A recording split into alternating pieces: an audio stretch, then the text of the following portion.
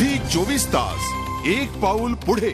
नांदेडच्या हिमायतनगर भागामध्ये काँग्रेसच्या शहराध्यक्षाने एका महिलेची ट्रॅक्टरखाली चिरडून हत्या केली। या प्रकरणी 3 प्रमुख आरोपींना अटक करण्यात आली तर 2 पोलिसांना निलंबित करण्यात आले। या प्रकरणी 1 दिवस आधीच या महिलेने पोलीस ठाण्यात तक्रार दाखल केली होती, पण कारवाई न केल्यामुळे या प्रकरणी 2 पोलिसांना निलंबित करण्यात आले।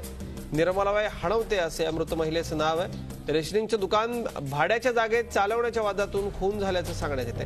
निर्मलाबाईंच्या नावावरती रेशनिंगचं दुकान होतं। हे दुकान काँग्रेसचा शहराध्यक्ष अब्दुल वाहिद यांच्या मालकीच्या जागेत होतं। जागेचा भाडे करार संपल्यानं निर्मलाबाईंनी स्वतःच्या जागेत दुकान चालवण्याचा निर्णय घेतला, मात्र वाहिद यानं त्याला विरोध केला। हा वाद विकोपाला गेला आणि यातूनच वाहिद यानं निर्मलाबाईंना ट्रॅक्टरखाली चिरडून ठार मारलं। या प्रकरणी नांदेड पोलिसांनी वाहिदसह 9 जणांवर गुन्हा दाखल केलाय। या घटनेनंतर वाहिदसह 6 आरोपी फरार झालेत। या घटनेनंतर हिमायतनगरमध्ये नागरिकांनी बंद पाळला।